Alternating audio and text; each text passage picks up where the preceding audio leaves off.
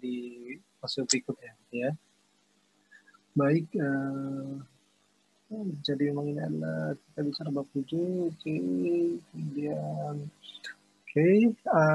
jadi emang ini kita skip saja karena ini adalah masalah tujuan pembelajaran, kita skip saja. Oke, sekarang kita akan membahas mengenai learning objective nomor 1 adalah kita akan diskusi mengapa perencanaan audit itu sangatlah esensial atau sangat penting gitu ya. Jadi memang ada 3 alasan kenapa seorang auditor itu harus merencanakan auditnya dengan baik gitu ya. Yang pertama adalah untuk memungkinkan auditor memperoleh bukti yang cukup dan tepat untuk keadaan selama audit gitu ya. Jadi memang supaya auditor itu dapat mengkolek bukti secara tepat, karena evidence ini adalah suatu hal yang sangat penting, karena kalau nggak ada evidence bagaimana kita mau membuat kesimpulan suatu audit gitu ya. Terus yang kedua adalah untuk menjaga agar biaya auditnya ini tetap masuk akal gitu atau tetap efisien gitu ya. Artinya adalah ini agar sesuai dengan waktu dan sumber daya atau personil yang telah dikerahkan oleh suatu firm gitu ya, oleh suatu kantor gitu ya. Terus yang ketiga adalah untuk menghindari kesalahpahaman dengan klien ya, atau dengan si auditi. Karena di dalam kontrak ini kan akan diatur mengenai hak dan kewajiban ya antara si auditor dengan juga auditi, sehingga dengan adanya kontrak itu hak dan kewajiban auditor dan juga auditi juga sudah diatur secara jelas gitu ya, sehingga tidak akan ada kesalahpahaman. Kemudian sebentar saya cas laptop saya dulu. Kemudian yang berikutnya adalah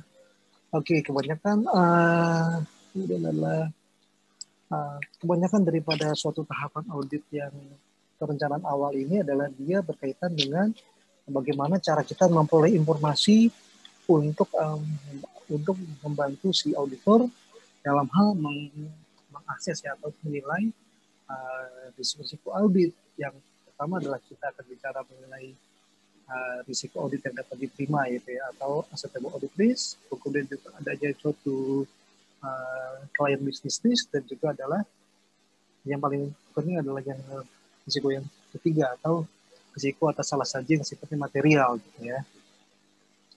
Ya, kemudian ini adalah gambaran daripada tahapan-tahapan kita merencanakan suatu audit dan juga bagaimana kita mendesain suatu audit approach. Jadi ini kita skip saja dan akan kita bahas juga di slide yang berikutnya, jadi satu jalan saja. Oke, sedangkan tujuan audit kita yang kedua adalah untuk membuat suatu penerimaan atas audit ya. Artinya adalah kita memutuskan apakah kita akan menerima si klien atau enggak nih, apakah kita mengaudit atau enggak sebetulnya itu. Dan juga bagaimana cara kita untuk melaksanakan perencanaan audit awal. Oke. Di tahapan ini adalah kalau kita bicara mengenai perencanaan audit awal ini akan melibatkan 4 hal gitu ya yang harus kita laksanakan di tahap awal suatu audit. Yang pertama adalah kita harus memutuskan nih apakah kita akan menerima audit yang baru atau kita akan terus melayani audit yang ada saja gitu ya, atau yang existing gitu ya. Tapi sih kalau pendapat saya sih ya, tapi kalau opini saya adalah kalau KAP dia akan cenderung untuk mencari auditi sebanyak-banyaknya ya, karena ini akan berkaitan dengan masalah income-nya mereka gitu ya. Karena dengan semakin banyaknya auditi, otomatis akan semakin banyak juga audit fee yang akan mereka terima, sehingga ya more job means more income gitu ya. Jadi memang kalau KAP pasti cenderung akan mencari auditi sebanyak-banyaknya atau mencari si klien baru ya. Kemudian yang kedua adalah kita harus mengidentifikasi apakah apa sih alasan kenapa si auditi ini membutuhkan audit gitu ya. Apa nih alasannya? Apakah karena dia ingin meminjam uang ke bank, atau apakah karena dia ingin meyakinkan investornya ataupun user yang lain, atau apakah dia ingin dia menerbitkan obligasi, atau dia ingin atau apakah dia ingin invest ke luar negeri, atau apapun alasannya. Jadi kita harus tahu nih apa alasan si auditi ini membutuhkan audit gitu ya. Kemudian kita juga harus mencapai suatu kesepahaman dengan si klien tentang hal-hal yang diatur dalam kontrak gitu. Jadi apa sih haknya auditor, apa kewajibannya apa, kemudian juga harga auditnya apa.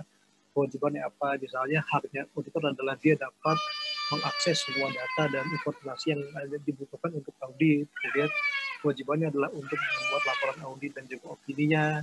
Sedangkan si haknya auditnya adalah untuk misalkan adalah haknya adalah untuk meminta laporannya agar segera dibuat dan juga tepat waktu, dan misalkan kewajibannya adalah untuk memberikan semua data dan informasi yang dibutuhkan oleh si auditor gitu ya.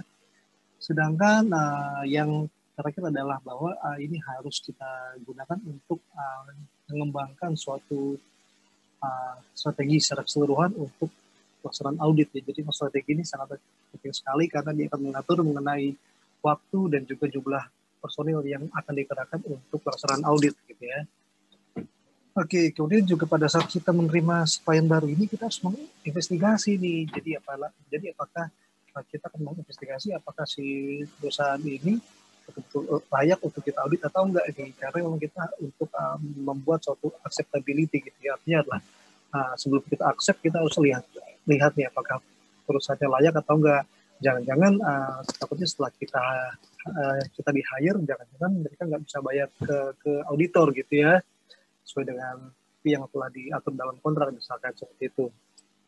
Kemudian juga sesuai dengan standar auditing bahwa auditor yang baru itu harus berkomunikasi dengan auditor yang sebelumnya gitu ya. Jadi memang anggaplah tahun ini misalkan perusahaan dia mengganti auditornya, entah karena sudah waktunya diganti atau entah karena alasan lain, dan si auditor yang baru ini dia harus mengkomunikasikan harus berkomunikasi dengan auditor yang sebelumnya gitu ya.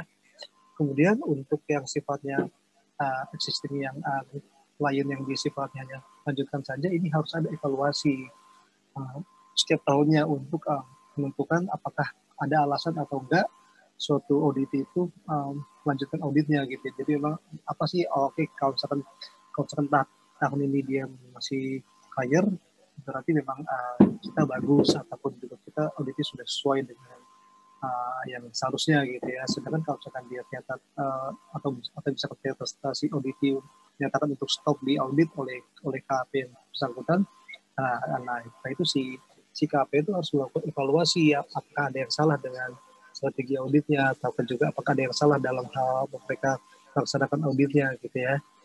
Dan ini juga hal yang sangat penting untuk kita perhatikan. Oke, kemudian juga kita akan mengidentifikasi alasannya auditing untuk diaudit ya. Ini juga sudah kita bahas sebelumnya. Jadi hal ini akan berpengaruh terhadap risiko audit yang dapat diterima oleh auditor, akan dipengaruhi oleh alasan si auditi yang minta untuk audit gitu ya. Kemudian kita juga harus memperoleh dan juga kita harus mencapai kesepahaman ya dengan si auditi gitu ya, bahwa apa sih hak-haknya dan juga kewajibannya. Ini juga sudah kita bahas tadi sebelumnya. Jadi ini memang sudah diatur dalam auditing standard gitu ya, bahwa sudah harus ada suatu kontrak perikatan gitu ya, atau engagement letter gitu ya. Kemudian dalam hal juga kaitannya untuk mendevelop overall audit strategi, ini adalah bahwa si auditor ini ketika dia melaksanakan audit di tahap awal ini, dia untuk agar dia bisa mengembangkan dan juga mendokumentasikan suatu audit strategi awal yang akan digunakan untuk menentukan ruang lingkup, waktu, dan juga arah daripada suatu audit, dan juga akan memberikan arahan untuk pengembangan rencana audit ya, ataupun tahapan-tahapan audit yang lebih lanjut lagi gitu. Jadi memang tahapan awal ini sangat utama karena dia akan mempengaruhi tahapan-tahapan awal, tahapan-tahapan audit yang berikutnya gitu ya. Dan juga dia akan digunakan untuk menilai mengenai waktu dan juga skopnya dan juga sumber daya yang akan dialokasikan dalam suatu audit gitu ya. Oke, sekarang kita akan membahas mengenai tujuan yang ketiga adalah kita harus dapat memahami si auditinya, industrinya apa, dan juga bidang usahanya apa. Artinya adalah kita harus paham bahwa auditinya ini usahanya adalah di bidang ini dan juga industrinya di bidang ini. Ya, itu kita harus paham sekali gitu ya. Kemudian standar auditing itu mengharuskan auditor untuk melakukan suatu prosedur penilaian risiko untuk yang pertama adalah untuk mendapatkan suatu pemahaman tentang bisnis daripada si auditi dan juga lingkungannya, dan yang kedua adalah untuk menilai risiko salah saji material dalam laporan keuangan, termasuk kita meminta keterangan kepada pihak manajemen dan juga kita melakukan analytical procedure ataupun juga suatu prosedur analitis. Ini adalah suatu tahapan yang kita akan menganalisa suatu rasio-rasio gitu ya. Jadi misalkan seperti current ratio, itu quick ratio. Nah, ini semua kita hitung di tahapan-tahapan analytical procedure ini gitu ya.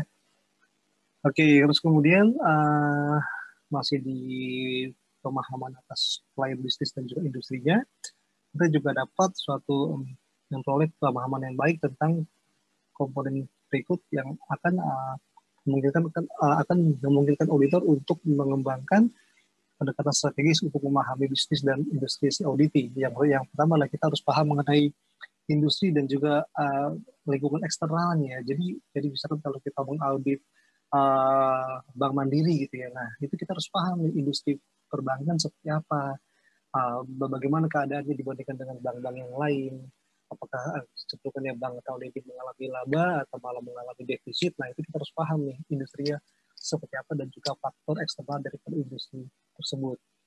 Kemudian yang kedua adalah kita juga harus paham mengenai bisnis operasinya dan juga bagaimana cara mereka melaksanakannya atau berproses gitu ya. Dan juga kita harus mengenai masalah, kita harus paham mengenai masalah manajemen dan juga masalah tata kelolanya. Apakah mereka sudah ada aturan yang berlaku di sana? Apakah sudah ada semacam guidance atau panduannya?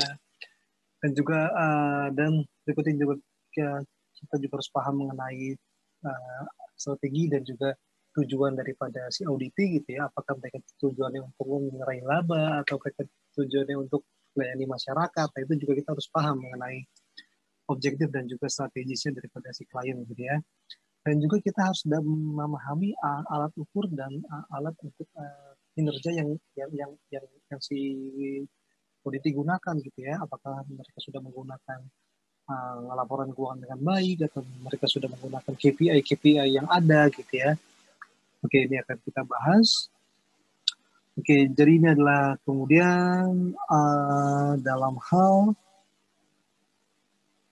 jadi ini adalah cara kita untuk memahami industri dan juga bisnisnya auditi secara strategik. Jadi yang pertama adalah ya ini telah kita bahas, jadi kita usah lagi. Oke, kemudian juga ini adalah bahan untuk diskusi kita, jadi ini kita skip saja. Oke, kemudian kita akan mempelajari bagaimana cara kita untuk melaksanakan suatu prosedur analytical di tahap awal gitu. Oke. Jadi standar auditing itu mengharuskan auditor untuk melakukan prosedur penilaian risiko untuk yang pertama adalah untuk mendapatkan pemahaman tentang bisnis klien dan lingkungannya. Yang kedua adalah untuk menilai risiko salah saji material dalam laporan keuangan, termasuk juga permintaan keterangan dan manajemen, dan juga kita melaksanakan suatu analytical procedure gitu ya, atau melaksanakan prosedur analitis gitu ya. Kemudian auditor diminta untuk melakukan prosedur analisis awal sebagai bagian dari prosedur penilaian risiko agar lebih memahami bisnis dan juga industri dari si klien dan juga untuk menilai risiko bisnisnya auditi gitu ya. Jadi kita harus paham mengenai tahapan-tahapan awal ini gitu ya. Sehingga tes analitik awal ini dapat mengungkapkan perubahan-perubahan rasio yang unusual ya, atau yang tidak biasa dibandingkan dengan tahun-tahun sebelumnya, atau juga dibandingkan dengan industri secara rata-rata. Atau misalkan jadi misalkan kan kalau kita bicara industri perbankan ya kalau misalkan kita mengaudit adalah Bank BNI misalkan ya, nah ini juga kita harus lihat bagaimana keadaan di bank-bank yang lain secara keseluruhan gitu ya. Dan juga kita dapat membantu auditor untuk ini juga dapat membantu auditor untuk mengidentifikasi area dengan peningkatan risiko salah satu yang membutuhkan perhatian lebih lanjut selama tahapan audit. Oke. Nah, ini juga adalah bahan diskusi, ini kita skip saja. Oke.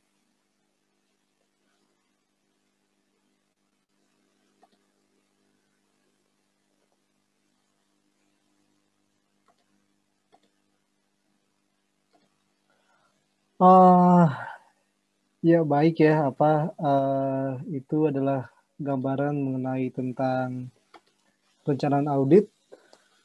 Ya, sejauh ini apakah ada pertanyaan dari teman-teman semua?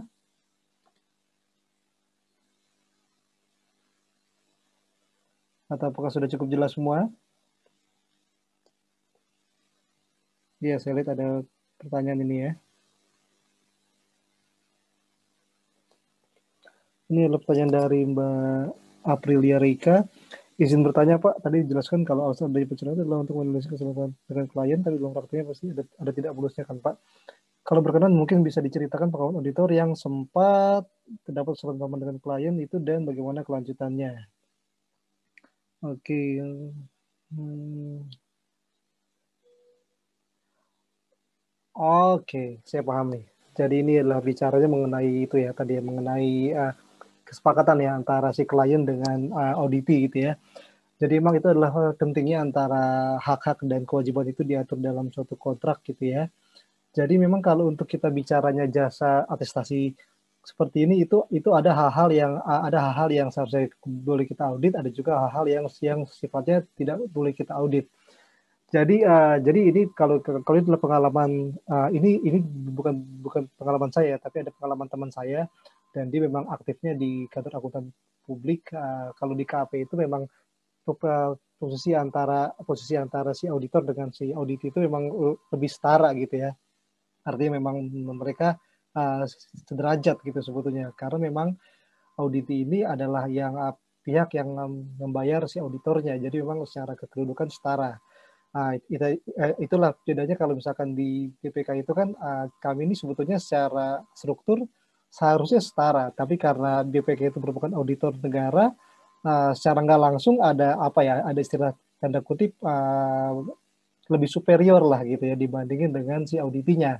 Karena apabila kalau misalkan di BPK itu kalau misalkan si auditinya dia tidak mau memberikan informasi lah anggap ya itu ada sanksi hukumnya. Tapi kalau di swasta sejauh ini saya lihat belum belum sampai setegas itu gitu ya. Paling itu hanya masalah pembatasan saja yang mana nanti arahnya akan ke opininya adalah disclaimer gitu ya. Oke, tapi kalau kembali ke pertanyaannya, kesalahpahaman ini jadi gini, jadi teman saya itu dia adalah salah satu auditor di KP dan dia adalah yang mengaudit salah satu grupnya ini, grupnya apa? Salah satu perusahaan televisi lah, yang mana yang tokohnya sekarang juga sudah jadi tokoh politik dan memang saat itu ada informasi terkait dengan apa ya piutang saat itu ya. Jadi memang saat itu juga itu memang singkat saya itu juga sudah dijelaskan di tahap-tahap awal bahwa untuk masalah akun-akun ini si audit itu merasa bahwa dia nggak bisa kasih informasi sepenuhnya gitu ya karena memang alasannya adalah ini melibatkan hubungan dengan pihak-pihak istimewa atau pihak-pihak yang memang erat sekali kaitannya dengan rahasia perusahaan sehingga dengan alasan itu bahwa si audit itu menolak gitu untuk memberikan informasi ini. Dan memang tapi karena itu sudah diatur di kontrak bahwa ada semacam pembatasan untuk akun-akun ini dan memang akhirnya auditornya pun juga tidak bisa menyentuh ke area itu gitu ya. Artinya memang dia tidak akan mencoba untuk masuk ke akun yang telah disepakati untuk tidak diaudit itu ya begitu ya. Jadi itu sih pengalaman yang pernah saya lihat bahwa memang pentingnya untuk diatur hak dan kewajiban dalam kontrak itu karena untuk itu juga. Tapi kalau untuk pengalaman saya di BPK ini masalah perencanaan sampai dengan sejauh ini sih sampai dengan terakhir saya mengaudit saya itu tidak pernah ada masalah gitu ya. Tidak pernah ada masalah jadi ya itu karena tadi kami yang posisinya lebih superior. Tapi kalau pengalaman saya audit di IAEA kemarin di salah satu UN agensi itu, nah mereka itu juga coba untuk membatasi kami di masalah akses sistem gitu ya. Jadi ada itu. Jadi kalau kalau misalkan kita bicara aplikasi laporan keuangan kan mereka menggunakan suatu aplikasi gitu ya sistemnya. Nah itu ada fitur-fitur di sistem itu di mana kami auditor itu nggak bisa akses gitu lah. Nah terus alasannya mereka karena fitur itu dibatasi ya. Ya udah, tapi ya sudah. Akhirnya kami coba apa berdiskusi gitu ya. Ini kenapa alasannya dibatasi? Karena kami ya adalah membutuhkan semua informasinya dan akhirnya setelah itu mereka juga kasih kita akses kok untuk ke informasi itu gitu ya. Jadi seperti itu Mbak Aprilia. Apakah sudah Baik, cukup jelas? Insya Allah jelas. Terima kasih, Pak. Iya, sama-sama. Oke, izin Pak, ada teman kami yang belum di ACC karena tadi terputus jaringan buruk. Oke, baik, coba saya cek lagi.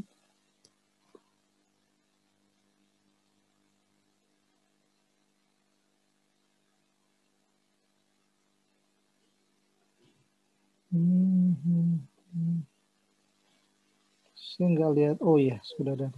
Yep, Mas, ya. Mas Kevin, jadi saya lihat ini ya. Keluar masuk terus ya tadi ya. Mungkin karena koneksinya lagi nggak bagus ya. Memang sekarang sedang ada di mana nih Mas Kevin nih posisinya nih? Halo Mas Kevin.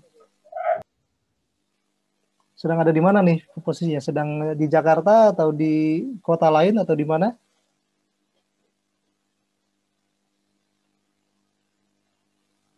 Oke, mungkin nggak jelas juga kali suara saya ke Mas Kevin ya. Mungkin karena kondisinya kurang bagus. Ya, apakah ada pertanyaan lagi sejauh ini mengenai perencanaan audit dan juga bagaimana pentingnya? Tetap ya, tapi memang sekali lagi nih ya, tapi memang sekali lagi kalau misalkan kita bicara di akuntansi komersial ya atau di audit laporan keuangan sektor komersial ini memang lebih ini ya, lebih apa, lebih bervariasi ya, karena memang itu sekali lagi antara hubungan antara auditor dengan auditi itu cenderung setara gitu ya. Bahkan mungkin di kasus-kasus tertentu itu auditinya lebih tinggi daripada si auditornya karena mereka yang bayar gitu ya. Tapi memang kalau di DPK sih relatif aman-aman saja. Kita lebih superior lah kesannya begitu. Oke, baik. Kalau tidak ada yang bertanya lagi, mungkin saya akan masuk ke dalam tahapan yang lebih selanjutnya. Kita akan bahas mengenai, oke, dari Mbak Auriska ini adalah izin bertanya Pak, kalau auditor dan auditi setara, bagaimana dalam tahap itu terjadi kerjasama antara auditor dan auditi? Apakah opini auditor itu dapat dipercaya? Oke, baik. Ini juga pertanyaan yang bagus ya. Terjadi kerjasama, oke, baik. Baik, ini sebetulnya sebentar ini direkam atau enggak ya? Oke. Jadi ini adalah sebetulnya kerjasama itu tetap terjadi antara si auditor dengan auditi, meskipun mereka itu setara, karena mereka itu ini ya sama-sama profesional gitu ya. Auditor itu juga uh, profesionalnya juga sudah nggak usah diragukan lagi, dan auditinya juga semakin besar perusahaannya juga sudah semakin profesional ya. Dan auditornya juga kalau misalkan kita bicara kelasnya Big Five, Big Four sekarang ya, Big Four ya, seperti EY, seperti KPMG, seperti PricewaterhouseCoopers dan juga Deloitte ya, dan itu ya mereka juga semuanya juga profesional ya. Dan akhir-akhir ini karena juga sudah banyak regulasi ya yang mengatur antara hubungan auditi sama auditor, jadi ya mereka uh, kemungkinan itu masalah kerjasama itu bisa bisa ditekan lah gitu ya. Artinya memang sudah benar-benar murni hubungannya sudah profesional, juga sudah tidak ada lagi permainan gitu ya. Apalagi semenjak ada kejadian Sarbanes-Oxley Act gitu ya, di mana auditor itu harus benar-benar independen gitu ya. Kalau kalau dulu itu kalau dulu zamannya sebelum adanya Sarbanes-Oxley Act itu memang auditor itu sangat apa ya, istilahnya sangat agak rawan posisinya karena memang sering terjadi apa ya, ya kerjasama lah, betul kata yang Mbak Auriska, antara auditor dengan auditi. Seperti misalkan auditornya itu sudah bertahun-tahun itu mengaudit si perusahaan yang sama, otomatis bahkan hubungannya sudah sangat baik sekali, sudah sangat akrab lah, karena misalkan sudah 10 tahun itu auditornya sama terus, apa saat itu adalah Arthur Anderson ya, jadi sama terus. Jadi bahkan itu ada kisahnya banyak sekali pegawai Arthur Anderson yang pindah ke Enron saat itu. Jadi Enronnya adalah auditinya dan Arthur Anderson adalah auditornya. Jadi memang dulu ada kasus, jadi banyak sekali lah pegawai itu yang dia sudah saling bertukar posisi gitu ya.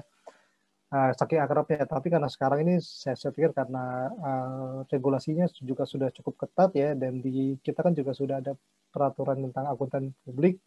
Saya nggak hafal aturannya nomor berapa, tapi saya pikir sekarang ini sudah bisa yakini lah kalau opini auditor itu dapat dipercaya, meskipun istilahnya hubungannya setara dan memang auditinya lebih cenderung bisa lebih vokal gitu ya. Nah, tapi sayangnya saya juga nggak bisa bicara hal yang sama untuk KAP yang kelasnya masih menengah gitu ya, ataupun KAP yang kelasnya kecil.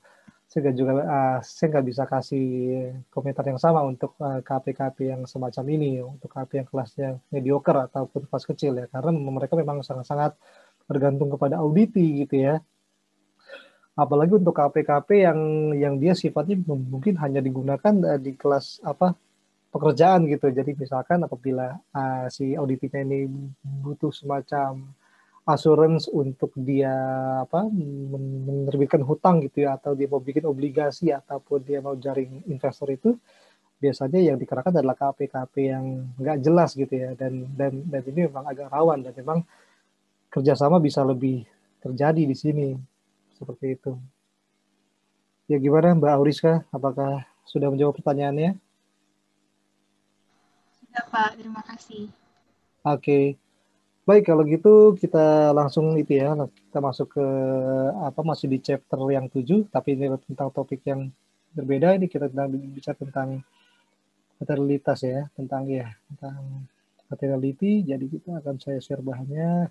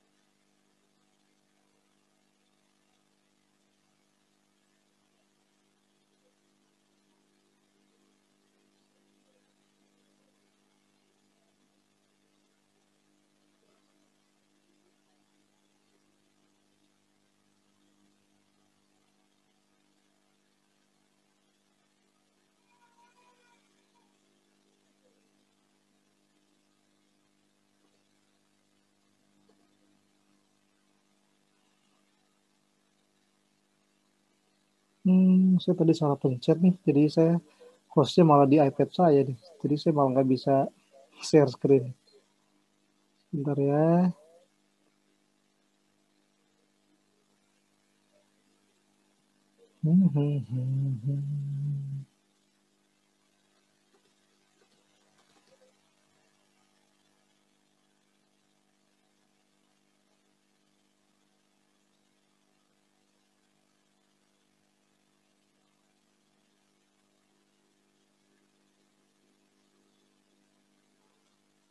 Oke, sekarang saya sudah jadi host lagi.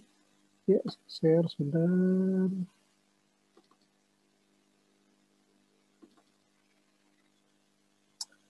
Ya, baik semuanya. Sekarang kita akan kembali lagi. Kita akan kembali ke objektif nomor kelima, yaitu adalah kita akan menerapkan konsep materialitas pada suatu audit. Jadi, kalau kita lihat, apa itu pengertian dari materiality? Jadi, kalau auditing standar itu, dia mendefinisikan materialitas sebagai besarnya kesalahan penyajian yang secara individual atau jika digabungkan dengan kesalahan penyajian yang lain secara wajar dapat mempengaruhi keputusan ekonomi dari pengguna laporan keuangan. Jadi itu ya, tadi intinya adalah kata-kata kuncinya adalah kesalahan penyajian yang secara individual atau juga digabungkan, itu secara wajar dapat menginfluence daripada keputusan daripada pengguna laporan keuangan tersebut. Jadi memang suatu kesalahan itu sebetulnya akan dianggap suatu kesalahan yang fatal apabila dia dapat mempengaruhi keputusan daripada pengguna laporan keuangan. Jadi sebetulnya itu adalah hal-hal yang wajar saja sebetulnya kalau misalkan ada kesalahan dalam laporan keuangan, selama dia memang tidak berefek atau dia tidak memiliki pengaruh yang besar terhadap informasi yang disajikan dalam laporan keuangan tersebut. Jadi memang intinya adalah kesalahan itu oke selama dia masih wajar gitu ya. Dan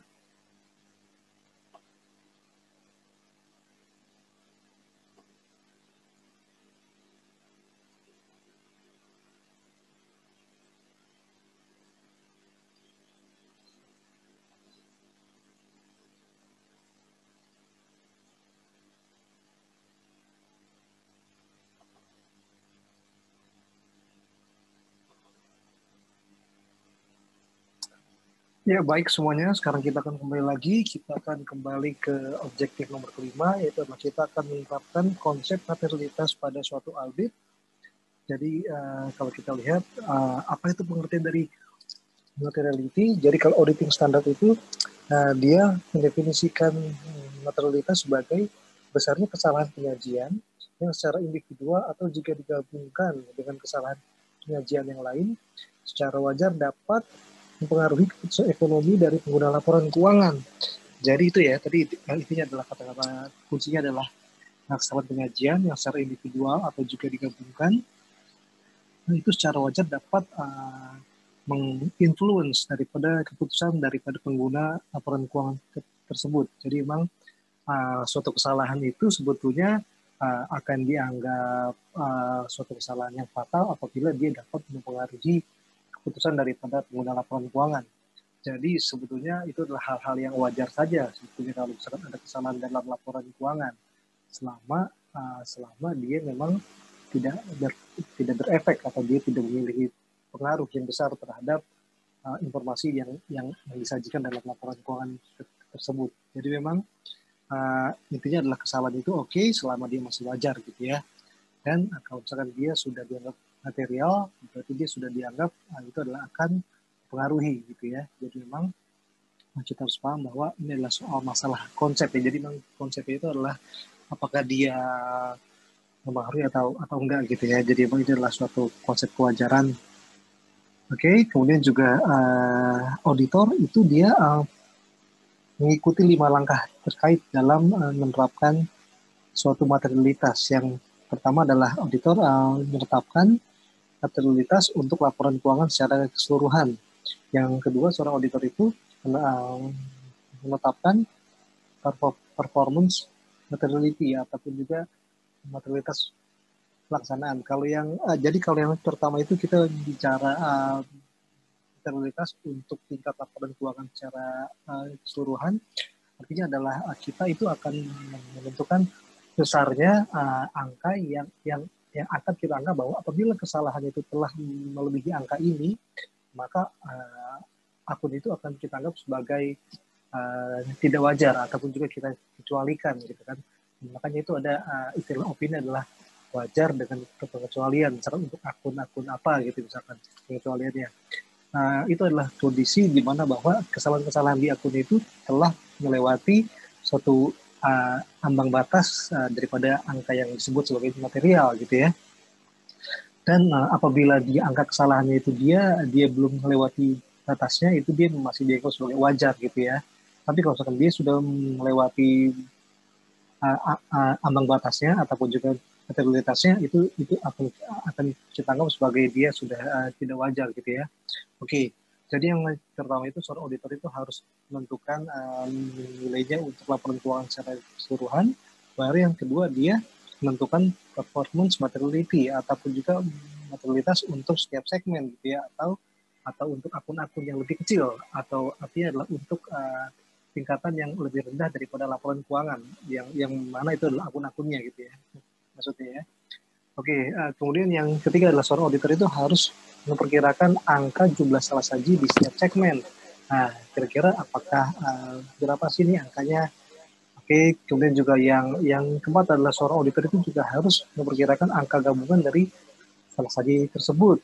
Oke, kemudian yang kelima adalah membandingkan antara perkiraan angka gabungan salah saji dengan hasil penilaian di awal ataupun juga hasil revisi tentang materialitas gitu ya. Jadi ini adalah langkah-langkah yang akan diterapkan oleh seorang auditor dalam rangka menerapkan materialitas. Jadi memang kunci adalah dua, bahwa harus ada angka untuk materialitas dia secara keseluruhan, secara laporan keuangan secara keseluruhan, dan yang kedua adalah angka materialitas untuk setiap segmen gitu ya. Oke, jadi ini adalah secara simpelnya. Jadi ini adalah gambaran di poin 7.5, langkah-langkah dalam menerapkan materialitas. Jadi yang pertama adalah sudah kita bahas tadi sebelumnya, kita akan menerapkan angka untuk laporan keuangan secara keseluruhan. Kemudian yang kedua adalah angka untuk masing-masing segmen, ataupun juga kita sebut sebagai performance materiality. Terus jadi kalau kita asumsikan bahwa langkah satu dan kedua ini adalah untuk merencanakan extend atau ruang lingkup dari pengujian atau testing si auditor gitu ya. Jadi berapa sih angka yang telah ditetapkan? Oke, mungkin untuk lebih enaknya nanti akan saya coba gambarkan secara Excel berdasarkan pengalaman yang pernah saya buat. Oke, kemudian untuk yang langkah ketiga, keempat, yang kelima ini adalah kita yang ketiga adalah kita akan mengestimasi jumlah salsaji di setiap segmen atau di setiap akun-akunnya. Kemudian juga step yang keempat adalah kita mengestimasi angka gabungan dari salsaji tersebut, dan yang kelima adalah kita membandingkan angka perkiraan gabungan salsaji semuanya itu dengan hasil penilaian awal ataupun juga hasil revisi tentang materialitas gitu ya. Oke, jadi kalau yang langkah satu dan kedua adalah itu untuk tujuannya untuk merencanakan extend atau ruang lingkup daripada pengujian auditor, sedangkan langkah yang 3 sampai 5 adalah untuk mengevaluasi hasilnya. Nah, apakah kesalahan ini kita anggap sebagai kesalahan yang material atau bukan gitu ya. Sekarang kita akan membahas mengenai tujuan ke-6, yaitu adalah kita akan membuat suatu preliminary judgment ataupun penilaian awal tentang jumlah yang perlu kita anggap sebagai material atau kita pertimbangkan sebagai material gitu ya. Sekarang kita akan bahas untuk materialitas untuk laporan keuangan secara keseluruhan. Jadi faktor-faktor yang mempengaruhi pertimbangan untuk materialitas awal adalah meliputi bahwa kita harus paham bahwa materialitas adalah suatu konsep relatif ya. Jadi dia bukan suatu hal yang sifatnya absolut gitu ya. Jadi ini adalah sifatnya lebih kepada judgment atau lebih kepada estimasi, lebih kepada perkiraan gitu ya. Bukan suatu angka yang memang sifatnya angka yang mutlak gitu ya. Sehingga oleh karena itu hal-hal ini juga masih bisa kita revisi selama pelaksanaan audit itu berlangsung gitu ya. Kemudian karena itu relatif, ini adalah hal yang sangat penting untuk memiliki suatu tolak ukur gitu ya.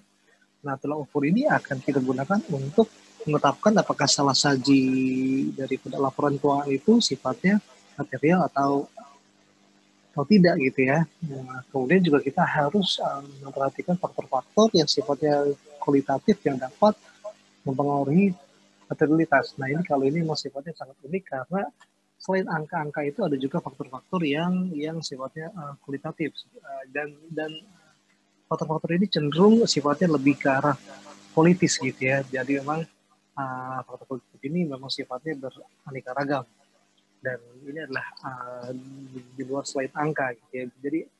Jadi misalkan itu adalah fraud gitu ya. Nah, fraud ini dia mungkin secara angka dia masih di bawah nilai ambang materialitas. Tapi fraud ini adalah suatu faktor yang sifatnya lebih unik gitu. Karena misalkan suatu laporan keuangan apabila dia ditemukan fraud di dalamnya, meskipun secara jumlah dia masih di bawah nilai wajar gitu ya, tapi ini akan kita anggap bisa mempengaruhi opini gitu ya, atau mempengaruhi materialitas karena dia akan mempengaruhi image daripada laporan keuangan itu secara keseluruhan gitu ya.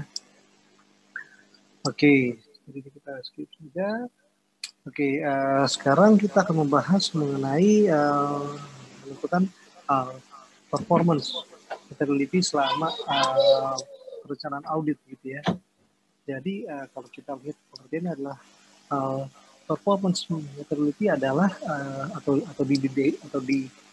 didefinisikan sebagai suatu jumlah yang telah ditetapkan oleh auditor, di mana secara jumlah atau tingkatannya lebih kecil atau lebih rendah daripada netralitas untuk laporan keuangan secara keseluruhan, untuk mengurangi ketika kemungkinan yang lebih rendah di mana gabungan kesalahan penyajian yang tidak dikoreksi dan undetected melebihi netralitas untuk laporan keuangan secara keseluruhan.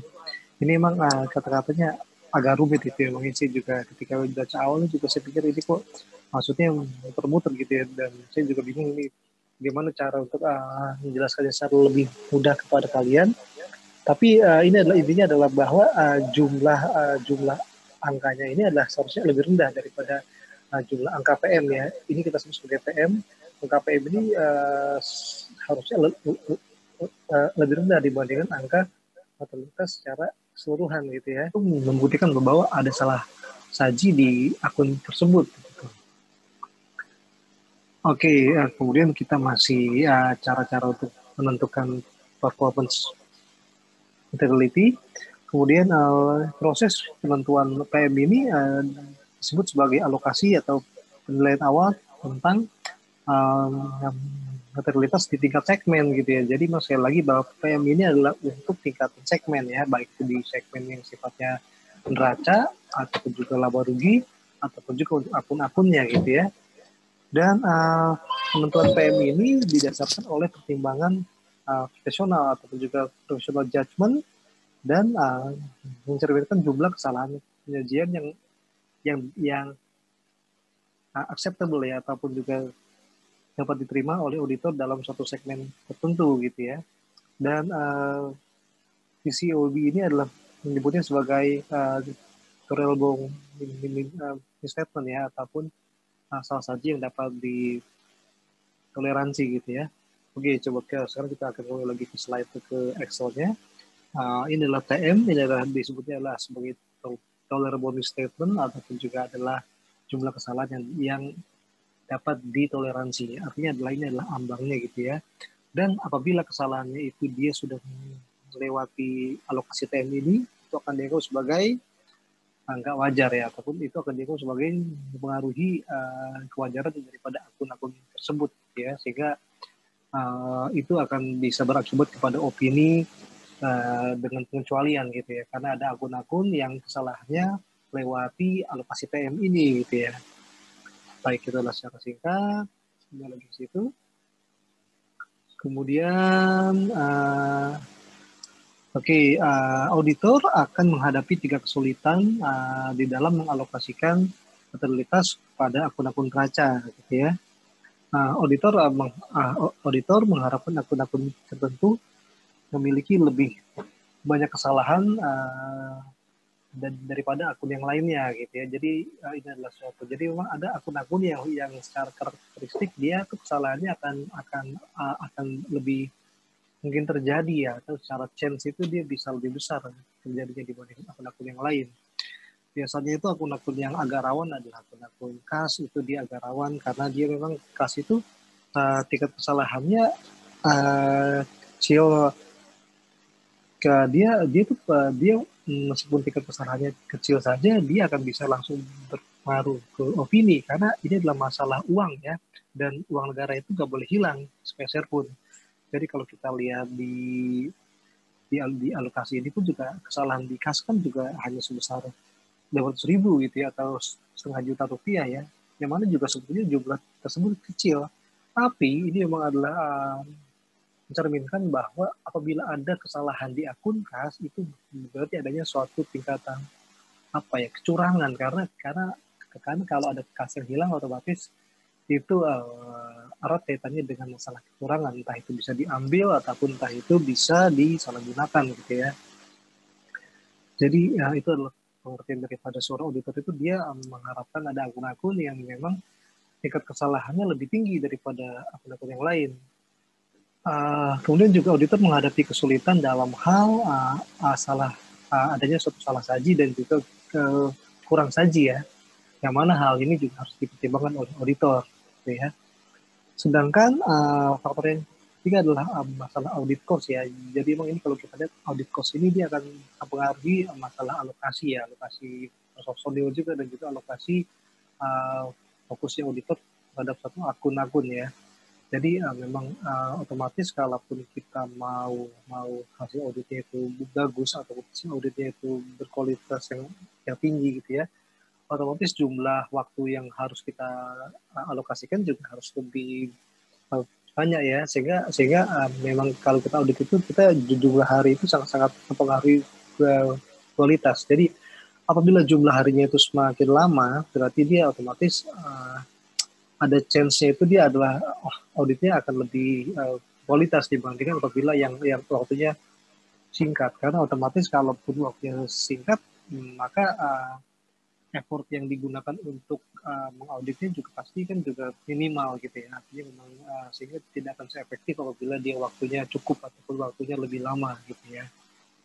Dan waktu ini juga kaitannya adalah pada audit cost ya, karena memang semakin lama waktunya kan otomatis semakin besar cost-nya gitu, karena KAP ini mungkin dia harus bayar auditornya lebih lama, secara hariannya lebih lama, dan juga secara jumlah personilnya juga jadi lebih ada banyak gitu ya. Jadi memang secara otomatis adalah cost-nya ini akan sangat-sangat pengaruh gitu ya. Oke, kemudian kita untuk yang tujuan ke-8 adalah kita akan menggunakan akreditas untuk mengevaluasi temuan audit nih.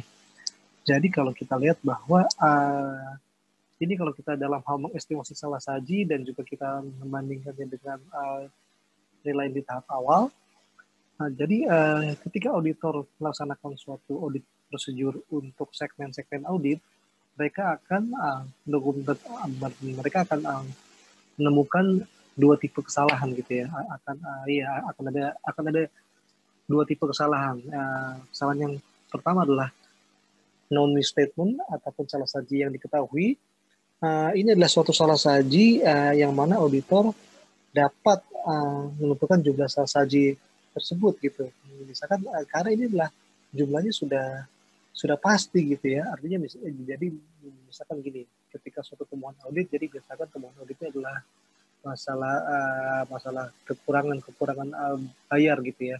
Jadi misalkan seharusnya itu invoice-nya misalkan 10M, tapi ternyata bagian accounting dia hanya mencatatnya hanya sebesar 9M. Oke, kalau itu kan sudah cukup ini ya, terang gitu ya, bahwa memang ada temuan sekitar 1M akibat daripada selisih antara jumlah invoice yang real dengan jumlah yang dicatat gitu ya, sehingga bahwa angkanya adalah sudah fix bahwa oke, angkanya adalah 1M nih angka temuannya, oke, fix itu.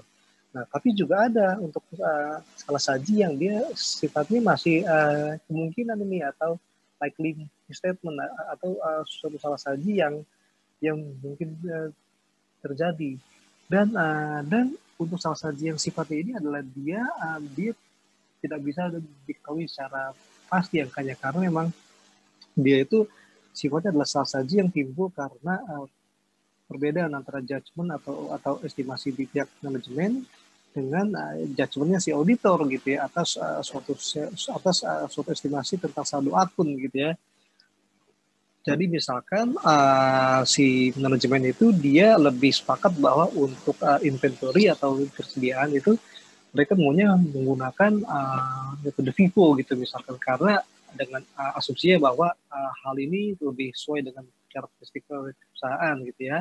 Oke, terus kemudian juga seorang auditor ternyata setelah auditor itu mengaudit, auditor itu merasa bahwa untuk inventory ini seharusnya perusahaan menggunakannya adalah weighted average gitu ya, ataupun rata-rata gitu ya, sehingga auditor merasa bahwa ada kesalahan atas perhitungan inventory ini. Nah, tapi untuk jumlahnya tapi untuk jumlah kesalahannya itu juga tidak diketahui secara pasti gitu ya, karena ini adalah lebih kesalahan judgement gitu ya, dan juga bukan suatu kesalahan yang sifatnya hasil perhitungan atas suatu temuan gitu ya, tapi ini adalah kata judgement gitu ya.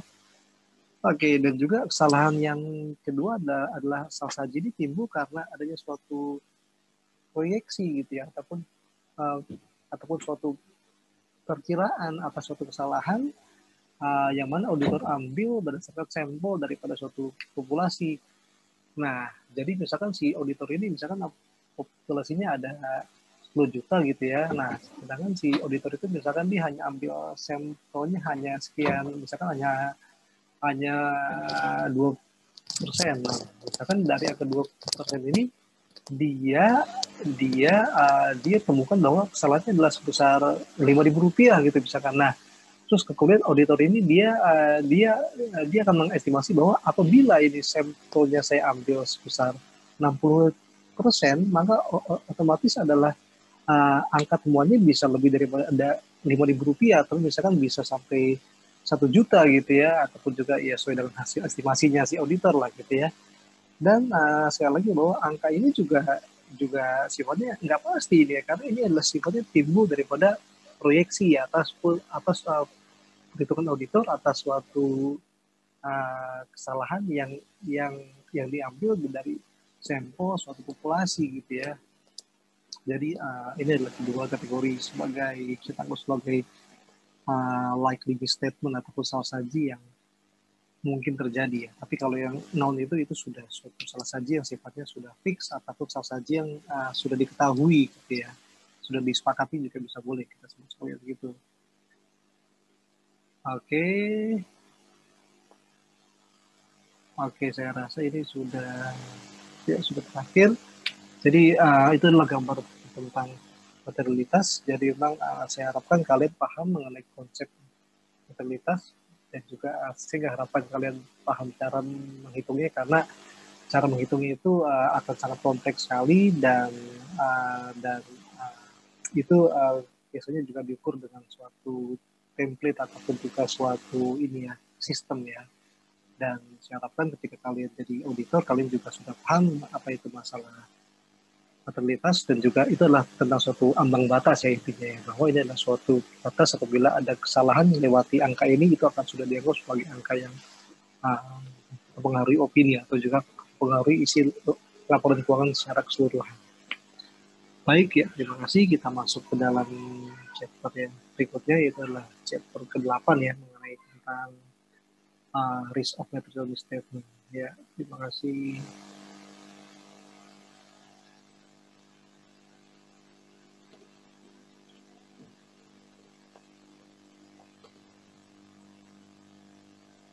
Ya, terima kasih semuanya. Jadi sekarang ini saya coba kasih gambaran ya mengenai bagaimana sih caranya kita menghitung materialitas gitu ya. Jadi memang ini adalah suatu konsep yang sebetulnya secara konsep dia mudah dipahami, tapi kalau kita menghitungnya itu betul-betul agak rumit ya. Dan memang ya dan memang ini adalah suatu bentuknya adalah sudah based on sistem atau formula ya. Dan memang ya saya nggak harapkan kalian untuk bisa menghitungnya sekarang, tapi saya harapkan kalian paham mengenai konsepnya. Oke, dan sebagai gambaran, ini adalah suatu formula yang coba saya gunakan ketika saya di BPK gitu ya. Ini adalah ketika saya mengaudit salah satu lembaga negara, dan ini adalah template-nya, template cara kita untuk menghitung tentang itu ya, nilai yang kita anggap sebagai material. Jadi, oke, ini adalah risiko-risikonya, dan ini adalah caranya kita untuk menghitung inherent risk, kemudian bla bla bla bla, dan kalian semuanya cukup sudah masuk langsung ke lampiran 7. Dan oke, jadi kalau tadi kita jelaskan bahwa ada dua jenis sifat material ya. Yang pertama adalah dia material secara as a whole atau secara keseluruhan laporan keuangan, dan yang kedua adalah dia dia adalah material secara ini ya, dia material secara segmen ya, atau kita sebutnya adalah performance materiality gitu ya. Oke, dan jadi kalau misalkan di tabel ini, di chart ini adalah, jadi kalau kita lihat yang kita anggap sebagai material SOH adalah yang paling atas ini, yang angka sebesar 13 M ini ya. Jadi cara menghitungnya adalah kita itu dalam menghitung angka material itu kita harus punya semacam acuannya atau basisnya gitu ya. Jadi kalau untuk di PPK itu biasanya adalah kita menggunakan acuannya adalah total belanja gitu ya, karena ini adalah gambaran yang paling real lah daripada laporan keuangannya si entitas pemerintah gitu ya sebetulnya. Tapi kalau di sektor komersial saya seringnya saya dulu gunakannya adalah base-nya adalah based on sales gitu biasanya atau revenue gitu ya. Jadi ini adalah gambaran saja. Sebetulnya ini adalah acuan kita, adalah kita gunakan angka total belanja ini kita gunakan sebagai acuan dasarnya. Kemudian juga kita hitung berapa sih rate-nya, oke. Rate-nya ini ya ini juga kita ambil dari berdasarkan formula, dan ini ada di sheet yang lain, dan ini adalah angkanya daripada sini. Jadi sebelumnya kita sudah dalam tahapan yang sebelumnya kita sudah menghitung dulu apa tingkatan risikonya gitu. Kita hitung inherent risk-nya, kita hitung acceptable audit risk-nya. Artinya memang ini adalah tahapannya lumayan agak panjang gitu ya. Dan kita mendapatkan angka rate PM-nya adalah sebesar 4,25 ini. Terus kemudian kita kembali lagi ke sini. Oh ya, dan juga saya harus jelaskan bahwa cara menghitung ini kita juga sudah punya semacam panduannya ya. Itu juga sudah dituangkan dalam Juknis dan juga Juklak tentang bagaimana cara menghitung angka materiality gitu ya. Oke, kita kembali ke sini. Oke, dan akhirnya kita bisa mendapatkan as a whole gitu ya. Jadi artinya adalah apabila temuannya itu melebihi 13 M gitu ya. Ini sudah bisa dianggap bahwa temuan ini sudah melewati angka material gitu, sehingga temuannya ini bisa dianggap bisa mempengaruhi kewajaran daripada laporan keuangan untuk suatu akun gitu ya. Jadi bisa kita simpulkan bahwa 13M ini adalah ambang batasnya ya, atau suatu angka yang kita anggap sebagai angka materialitas gitu ya, atau sebagai angka yang mempengaruhi wajar atau enggaknya laporan keuangan. Angka yang sifatnya material gitu ya. Oke, dan ini adalah as a whole. Sekarang kita akan bicara mengenai tentang tingkatan segmen gitu ya, atau performance materiality gitu ya.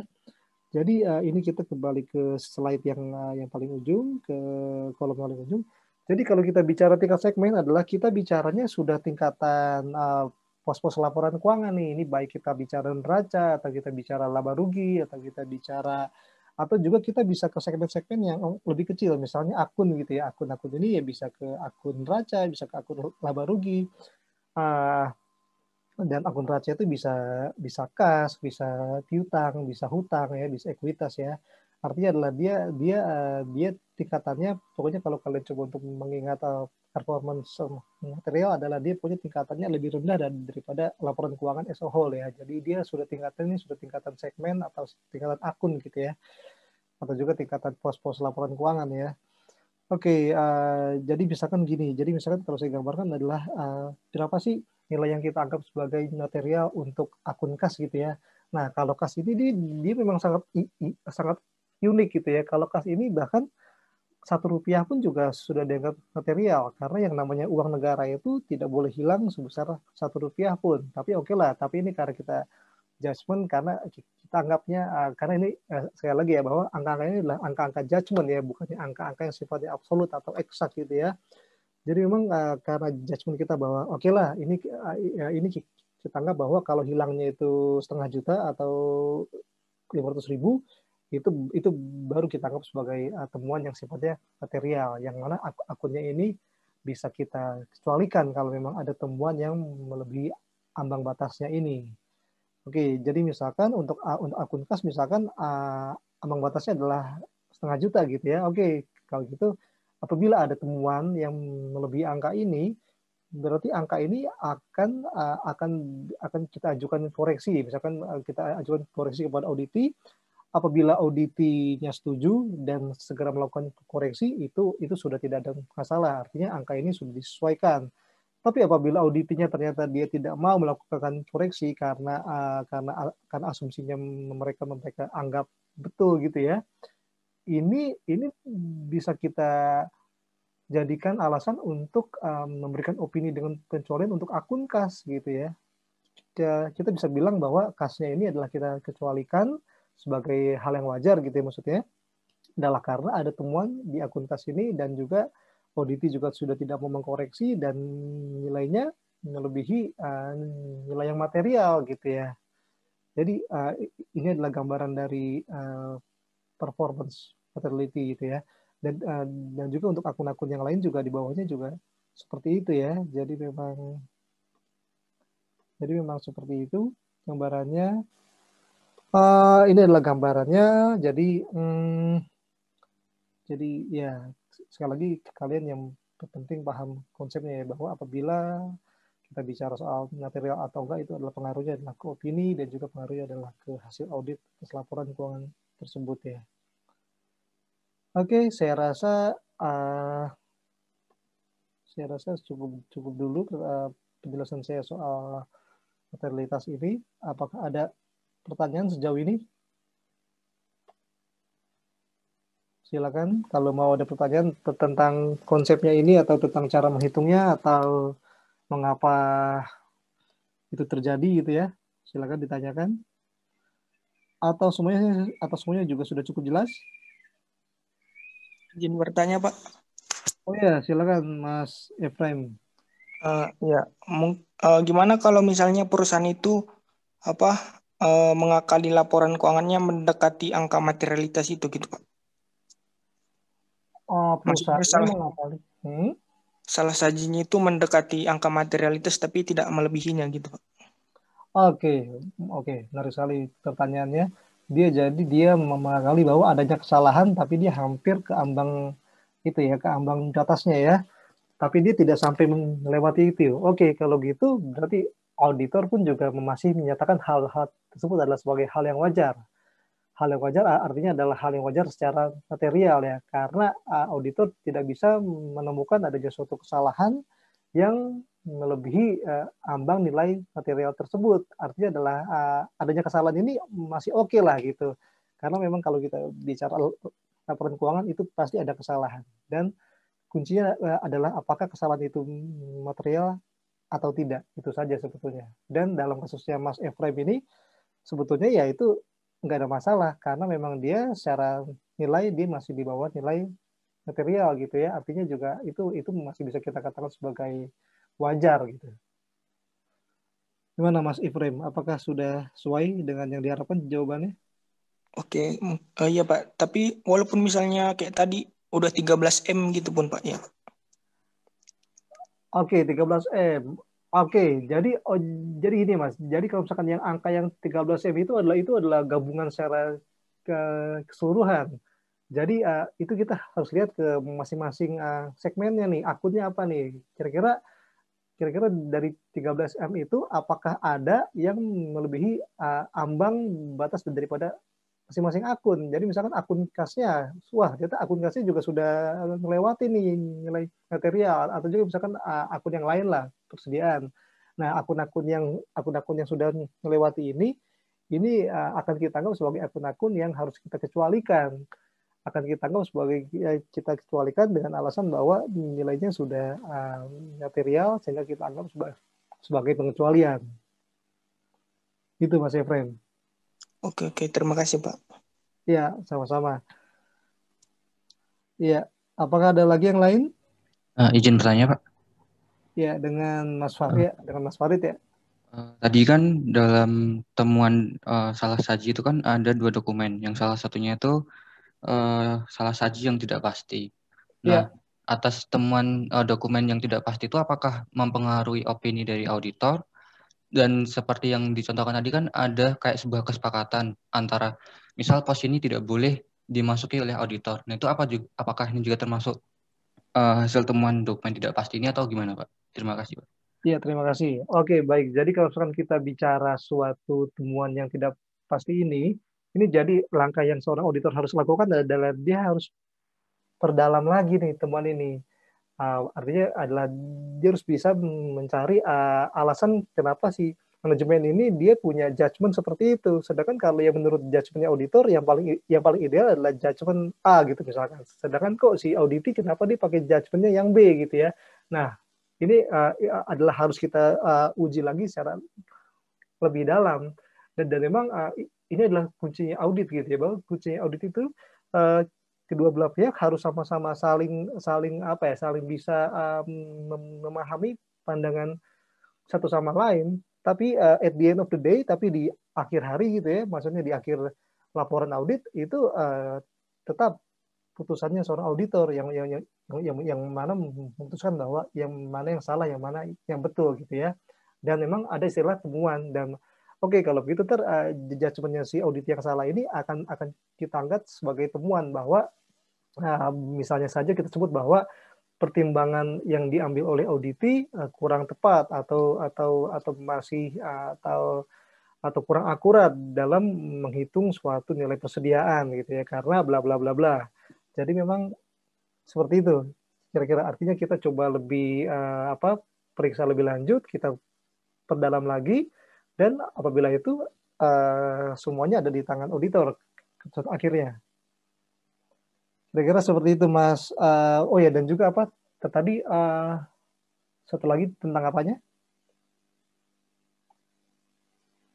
Kalau salah tadi ada 2 poin ya. Tentang itu Pak, yang kayak yang tadi contoh apa, perusahaan televisi yang tidak boleh dimasuki. Oke. Kalau gitu, kalau itu sebetulnya itu adalah hal yang sudah disepakati di awal ya. Jadi artinya memang kalau misalkan si auditor itu sudah bisa memberi komentar atas suatu judgement-nya si auditi atas suatu hal, misalkan suatu akun, itu berarti akun tersebut adalah suatu akun yang masih bisa diperiksa, ataupun juga dalam hak dan kewajiban itu tidak dalam ranahnya si audit yang melarang gitu ya. Oh ya, terima kasih Pak. Ya, baik, terima kasih.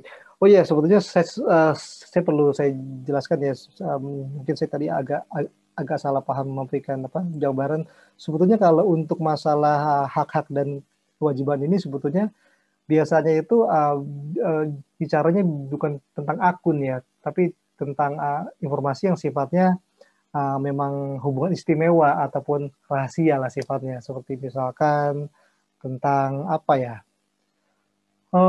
tentang misalkan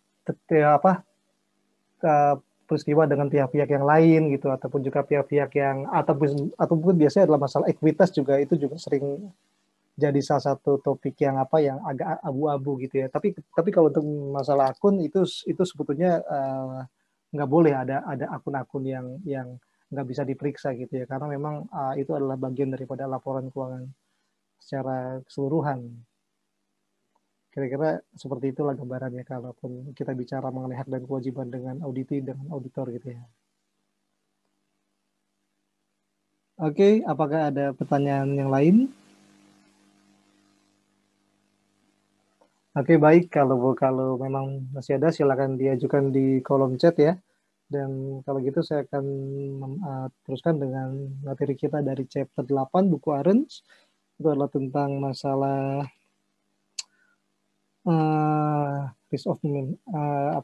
risiko salah saji yang sifatnya material ya, atau risk of material misstatement. Ini adalah buku Arens. Oke, dan saya akan sharing screen-nya.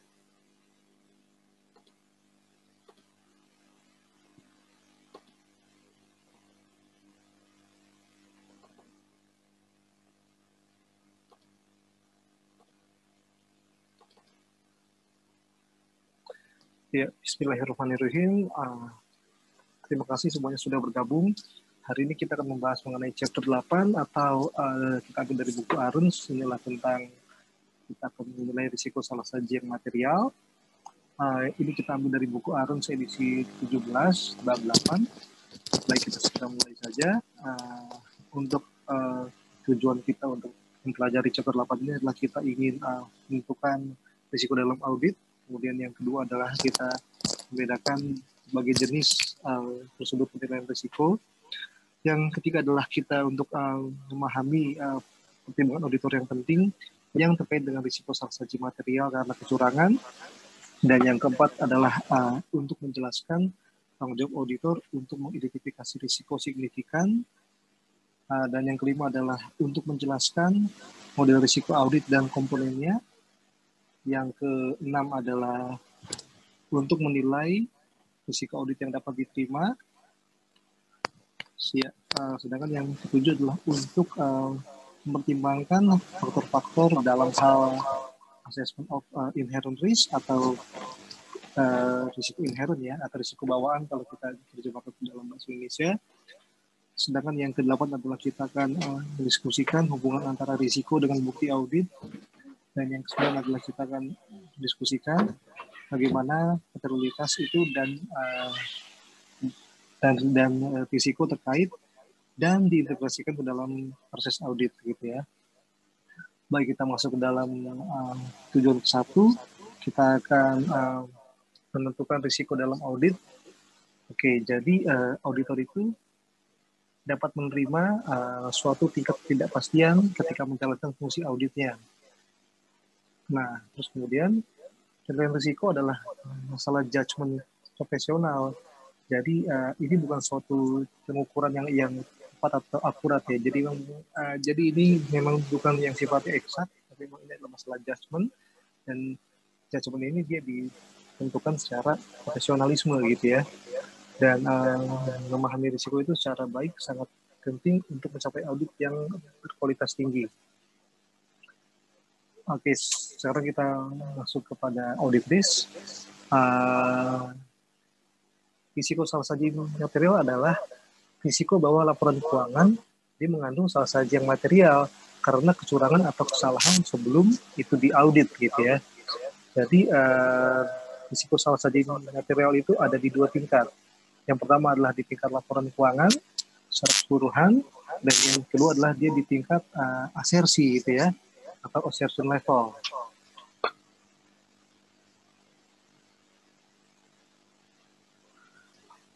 Oke, ini kita skip saja. Jadi sekarang kita langsung masuk ke dalam tujuan yang kedua. Itu adalah untuk membedakan berbagai jenis prosedur penilaian risiko. Oke, ini kalau kita lihat dari slide sini bahwa suatu prosedur penilaian risiko itu meliputi, yang pertama adalah kita akan berinquiries atau kita bertanya ya kepada pihak perusahaan ataupun pihak manajemen dan juga pihak lain dalam entitas. Terus yang kedua adalah kita melaksanakan suatu analytical procedures atau prosedur analitis.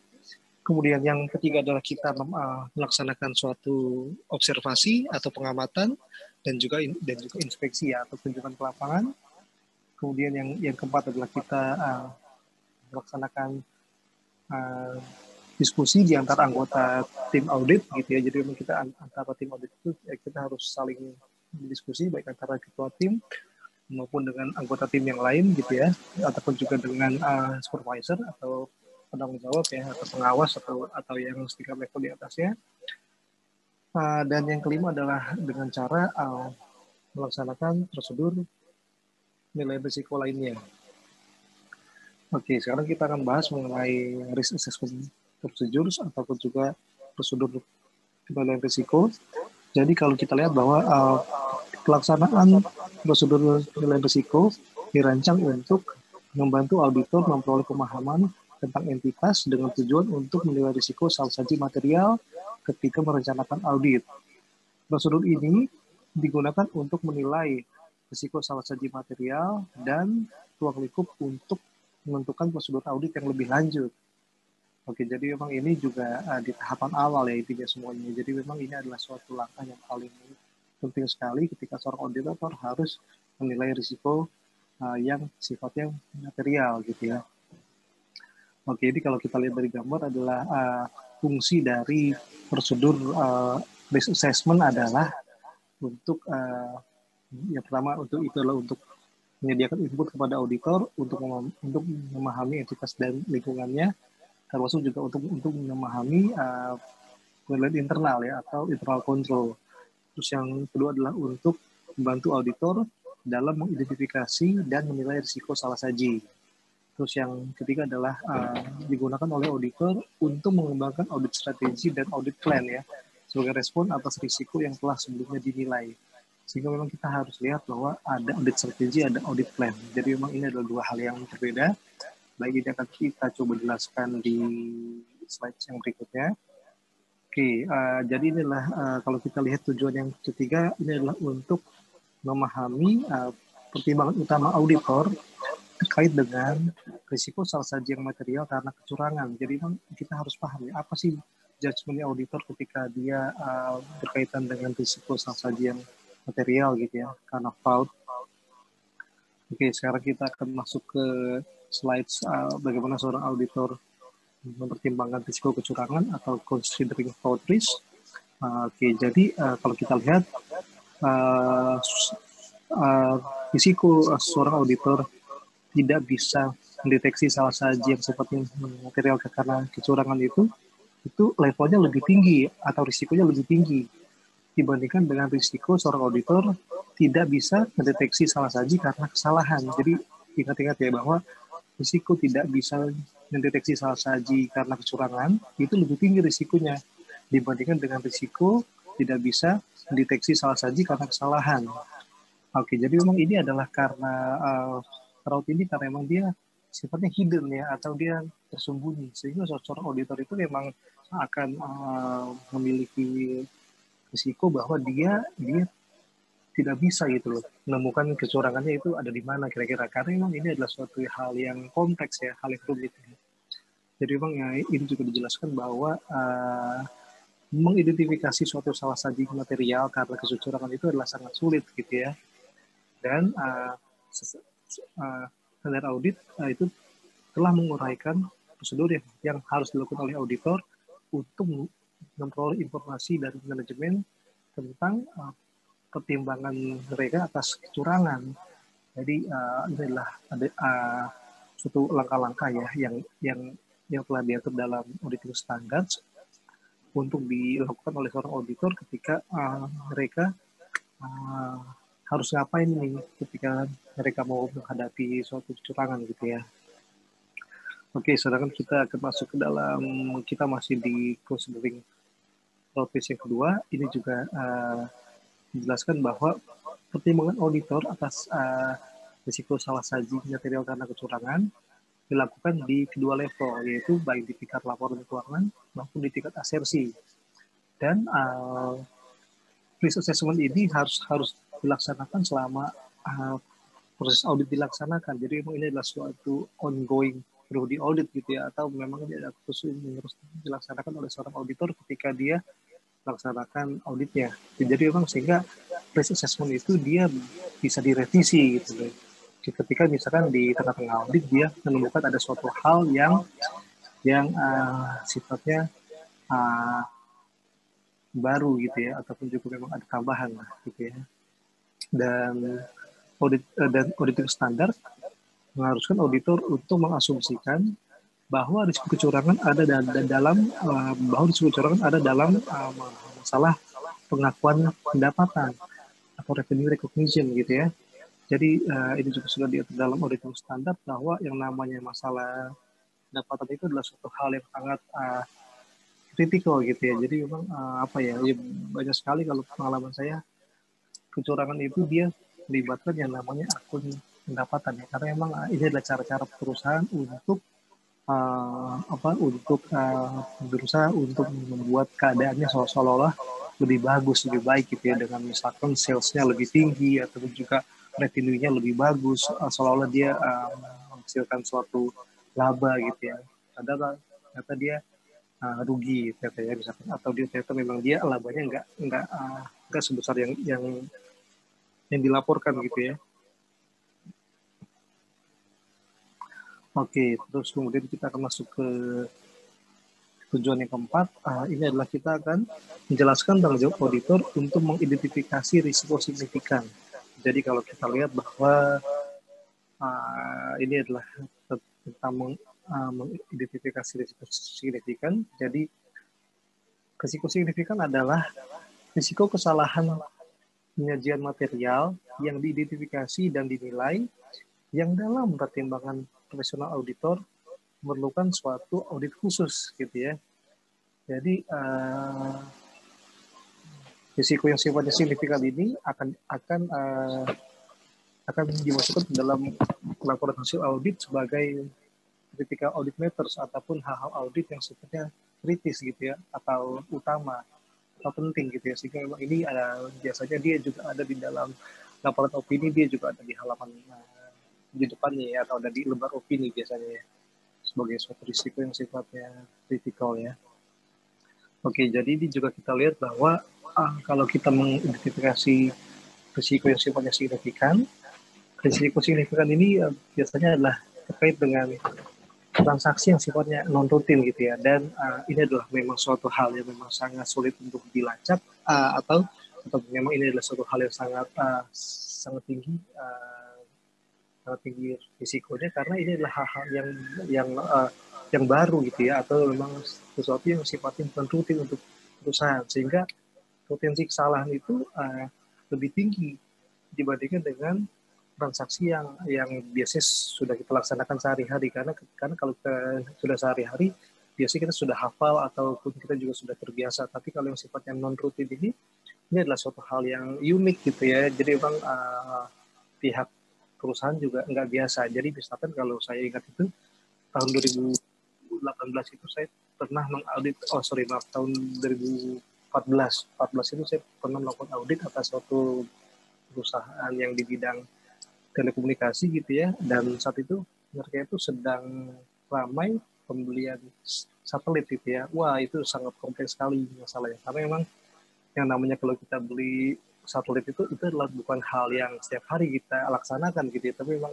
itu adalah pertama kali dalam sejarahnya si perusahaan tersebut gitu ya, sehingga memang ada banyak sekali itu kajian yang harus saya lihat, kajian ataupun bahan-bahan yang harus saya audit gitu ya, karena memang ini adalah risikonya sangat tinggi, karena dia memang sifatnya adalah significant risk gitu ya, ataupun juga dia nggak setiap hari terjadi gitu ya. Oke, kemudian untuk yang kedua adalah jadi untuk hal-hal yang juga sifatnya membutuhkan signifikan judgment ataupun juga pertimbangan yang signifikan. Nah, ini juga sangat tinggi ya risikonya, karena memang ini adalah suatu hal yang sifatnya judgment, dan memang kalau judgment ini dia bisa benar bisa salah gitu ya. Tapi memang ini adalah suatu hal yang memang sangat-sangat berisiko lah artinya, dan ini juga memang harus dilihat apa sih alasannya judgment itu dibuat gitu ya. Oke, terus yang ketiga adalah fraud risk. Oke, jadi kalau ini adalah suatu risiko signifikan yang terkait dengan suatu kecurangan gitu ya, dan ini memang harus kita cermati, dan memang ini sekali lagi agak sulit karena biasanya sembunyi-sembunyi kalau fraudnya. Oke, ini juga sudah kita skip saja, adalah mengenai bahan diskusi. Oke, sekarang kita masuk ke dalam objektif yang kelima. Kita akan menjelaskan suatu model risiko audit dan juga komponennya. Oke, jadi di sini juga dijelaskan bahwa model risiko audit itu membantu auditor untuk memutuskan berapa banyak dan juga beberapa suatu jenis bukti yang akan dikumpulkan untuk setiap audit yang relevan gitu ya. Jadi ini adalah sangat-sangat kritikal ketika kita mau samplingnya ada berapa nih ya, kita memutuskan ada berapa sih jumlah evidence yang coba akan kita akumulasi gitu ya, ataupun juga apa saja sih evidence yang harus mau kita lihat gitu ya. Ini juga akan ditentukan berdasarkan audit risk model gitu ya. Oke, dan penilaian atas audit risk model ini dia dapat bersifat kualitatif ataupun juga secara kuantitatif gitu. Jadi silakan kalau misalkan ini juga adalah seorang auditor itu dia diberikan suatu opsi gitu ya, mau dia menggunakan yang sifatnya kuantitatif ataupun juga yang dia mau menggunakan non kuantitatif gitu ya. Jadi kalau kita lihat juga sebagian besar perusahaan mereka lebih memilih penilaian risiko secara non kuantitatif. Jadi misalkan mereka itu menggunakan kata-kata seperti rendah, sedang, dan juga high ya, atau tinggi untuk menilai suatu risiko, karena mereka juga mengalami kesulitan kalau misalkan mereka ukur secara angka gitu ya. Karena memang sekali lagi ini adalah kita juga nggak bicara masalah akurasi ya, tapi juga masalah ketepatan, karena memang ini juga sifatnya judgement gitu ya, sehingga lebih aman kalau misalkan parameternya yang digunakan adalah parameter yang sifatnya ini ya bisa rendah, sedang ataupun tinggi gitu ya, karena memang ini adalah lebih ke arah judgement. Oke, ini juga kita skip saja.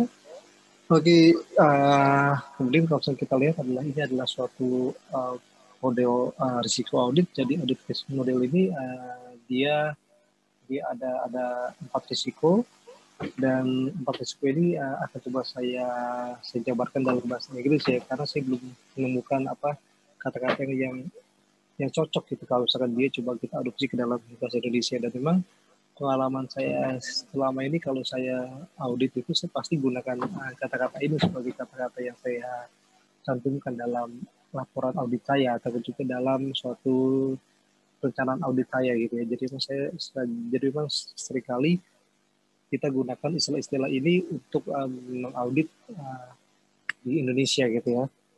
Oke, untuk yang pertama ini sebetulnya adalah trend detection risk, ataupun juga kalau kita coba terjemahkan ini adalah risiko risiko penemuan ya, ataupun juga istilahnya adalah risiko bahwa risiko bahwa seorang auditor itu dia bisa menemukan hal-hal yang memang sudah bisa terdeteksi oleh auditor itu gitu ya. Jadi ini adalah risiko temuan lah istilahnya. Oke, kemudian yang kedua adalah kita ada inherent risk atau risiko bawaan. Ini adalah suatu risiko yang melekat di audit, karena memang sifatnya, karakteristiknya memang itu adalah suatu hal yang sudah dihilangkan gitu ya.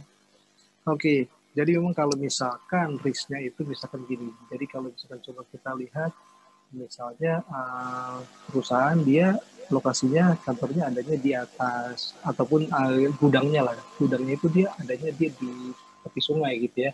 Otomatis inherent risk-nya adalah bahwa gudangnya itu akan mengalami risiko mengalami kebanjiran gitu ya. Karena memang secara inherent atau secara natural itu sudah ada di lokasi yang salah gitu ya, atau di pinggir sungai, sehingga kita khawatir bahwa inventorinya akan mengalami gangguan atau inventorinya akan mengalami kerusakan gitu ya.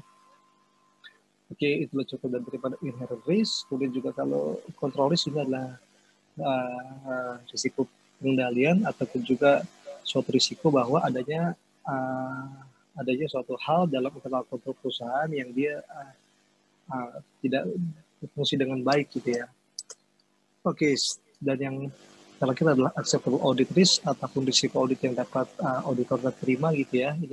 Ini juga suatu risiko yang akan kita bahas lebih lanjut di dalam tahapan dalam chapter berikutnya. Oke, jadi ini adalah suatu ilustrasi saja gitu ya. Ini sebagai usah saya jelaskan karena ini bisa kita skip. Oke, sekarang kita akan membahas mengenai acceptable audit risk ataupun juga risiko audit yang dapat diterima. Jadi, seorang auditor itu harus memutuskan risiko audit yang dapat diterima dalam suatu penugasan audit, gitu ya.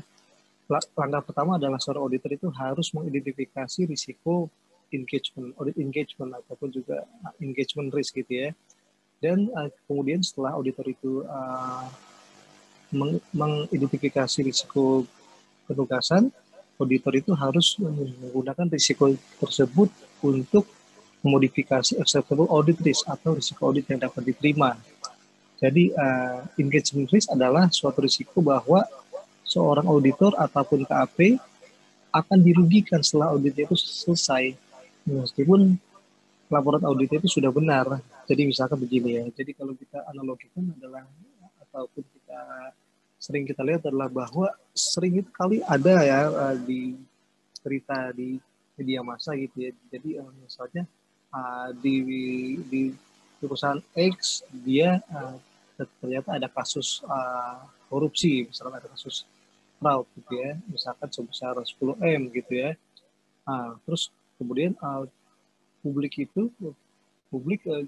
banyak ini bertanya-tanya gitu ya, loh kok bisa gitu, sedangkan opininya adalah WTP gitu ya. Dan otomatis kalau lihat opini, berarti yang akan disalahkan adalah si auditornya atau si KAP-nya gitu ya.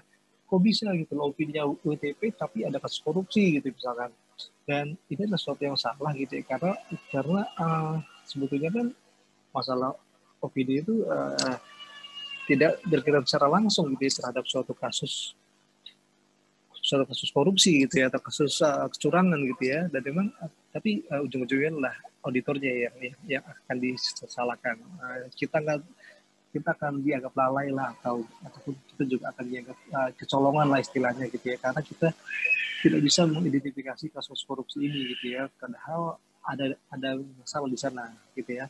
Meskipun secara ilmu audit itu adalah bukan suatu hal yang berkaitan secara langsung antara kasus korupsi dengan opini gitu ya, tapi memang ini adalah suatu engagement risk, artinya memang adanya suatu risiko penugasan. Oke, sekarang kita akan masuk ke slide yang berikutnya.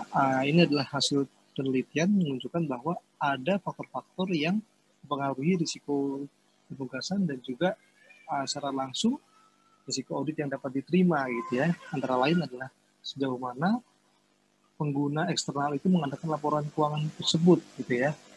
Jadi ini adalah kita bicaranya usernya gitu ya. Jadi apabila usernya itu sangat mengandalkan informasi dalam laporan keuangan, maka acceptable audit risk-nya itu harus dibuat rendah gitu ya. Karena ini anggapannya adalah bahwa auditor itu sangat-sangat percaya gitu bahwa laporan keuangannya sudah bagus atau sudah oke. Otomatis auditor itu harus memastikan bahwa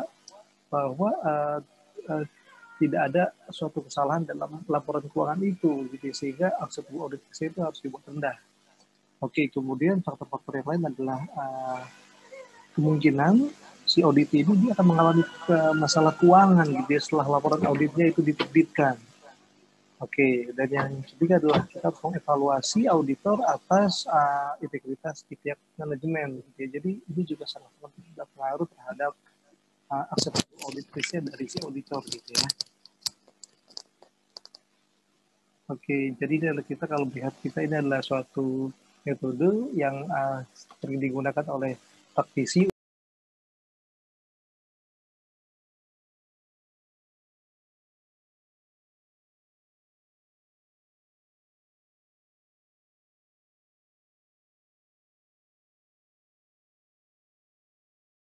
examine. Kita bisa memeriksa termasuk juga footnotes-nya dan juga adanya form 10K untuk menggunakan di slide sebelumnya audit risk-nya dari si auditor gitu ya. Oke, jadi ini adalah kita kalau melihat ini adalah suatu metode yang sering digunakan oleh praktisi untuk mengakses acceptable audit risk. Jadi ini adalah faktornya, ini ada 3 seperti yang sudah kita jelaskan di slide sebelumnya. Jadi ini adalah metodenya. Jadi misalkan untuk yang faktor yang external user reliance on the financial statement, ini kita bisa menggunakan examine, kita bisa memeriksa laporan keuangannya, termasuk juga footnotes-nya, dan juga adanya form 10K untuk perusahaan publik gitu ya. Jadi ini memang standarnya di US sana, jadi kita ada yang istilah form 10K, saya juga belum pernah lihat ya seperti apa formnya itu ya. Kemudian juga kita juga dapat menggunakan cara-cara untuk membaca misalnya rapat ya, hasil rapat board of directors, kita melihat rencana kedepannya seperti apa nih. Dan juga kemudian kita juga bisa membaca suatu laporan dari analisis keuangan untuk perusahaan yang sifatnya publik.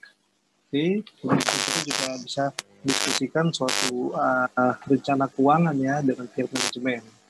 Oke, sedangkan untuk yang faktor yang likelihood of the financial difficulties atau kemungkinan terjadinya masalah keuangan, kita itu bisa menggunakan analisa laporan keuangan dengan menggunakan rasio-rasio ya, dan juga bisa menggunakan analytical procedures yang lain gitu ya. Kemudian kita juga bisa memeriksa secara historis dan juga projected cash flow statement dan juga secara laporan cash flow untuk masa depan. untuk secara langsung kita melihat antara hubungan antara cash inflow dan juga cash outflow ataupun kas masuk dan juga kas yang keluar. Oke, sedangkan kalau untuk yang manajemen integrity ini juga kita bisa melihat pada saat kita melakukan ini ya. Ini yang juga sudah kita bahas di chapter sebelumnya, bahwa ketika kita mau menerima suatu auditi ataupun juga kita mau mempertahankannya, itu kita juga harus melihat kepada integritas yang dimiliki oleh auditi ini gitu ya. Jadi inilah memang sangat-sangat penting untuk menentukan acceptable audit risk dari seorang auditor gitu ya. Oke, juga masalah diskusi. Baik, sekarang kita akan masuk ke tujuan yang ketujuh. Jadi ini adalah untuk mempertimbangkan dampak dari faktor-faktor pada assessment of inherent risk gitu ya. Jadi kalau kita lihat assessment of inherent risk atau penilaian risiko inherent adalah merupakan upaya auditor untuk memprediksi kesalahan penyajian yang paling mungkin dan paling kecil kemungkinan terjadinya di dalam segmen laporan keuangan gitu ya.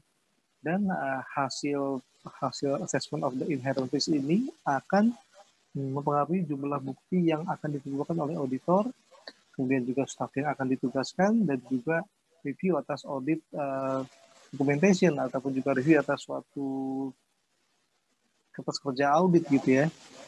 Dan auditor itu memulai suatu assessment atas inherent risk ini selama fase perencanaan, dan juga kita harus updating selama audit itu dilaksanakan. Jadi ini adalah suatu proses yang ongoing ya, maksudnya ini memang harus terus menerus, baik dia di fase perencanaan ataupun ketika audit telah kita mulai gitu ya.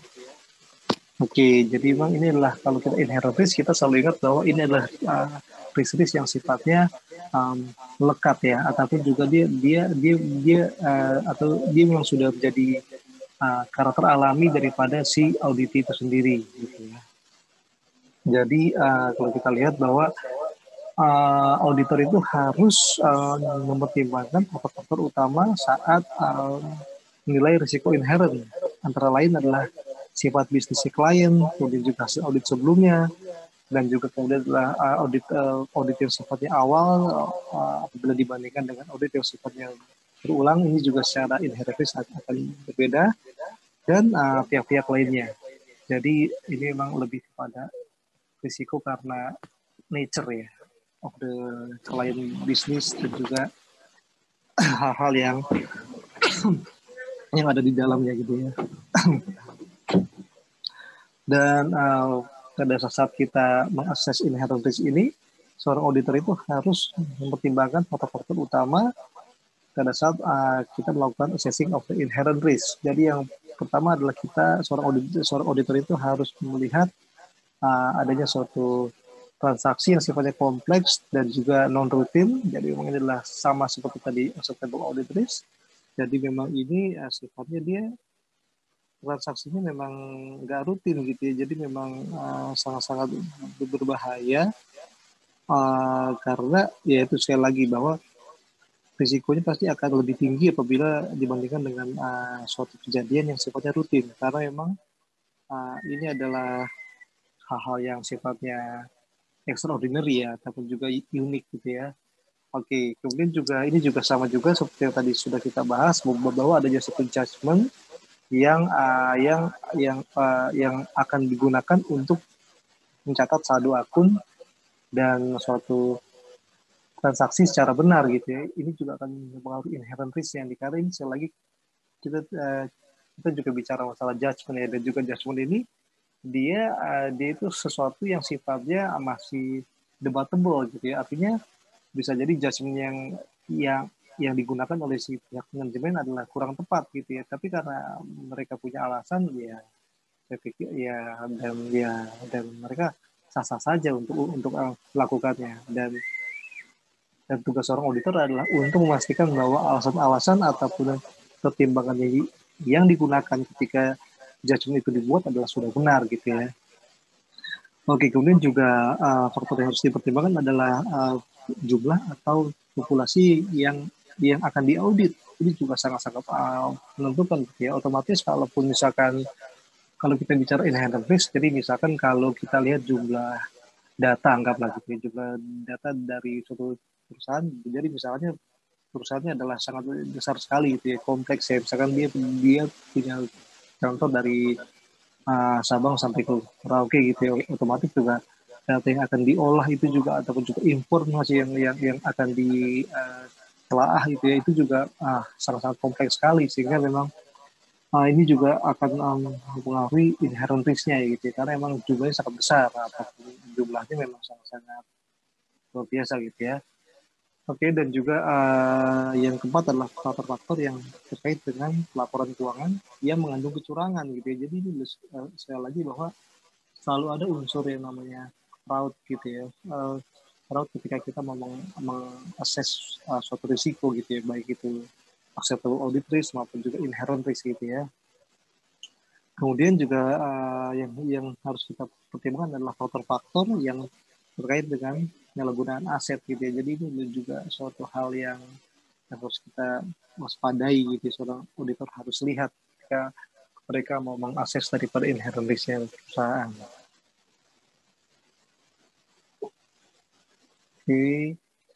Oke, sekarang kita akan lihat mengenai hubungan antara risiko dengan bukti audit gitu ya.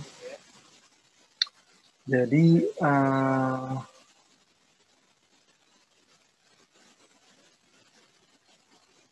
oke, ini bisa kita bahas. Baik, ini adalah kita akan melihat bahwa hubungan antara risiko dengan bukti dan juga faktor yang mempengaruhi risiko gitu ya. Jadi auditor itu merespon risiko dengan mengubah ruang lingkup pengujian dan juga types of audit procedure atau juga jenis prosedur audit gitu ya.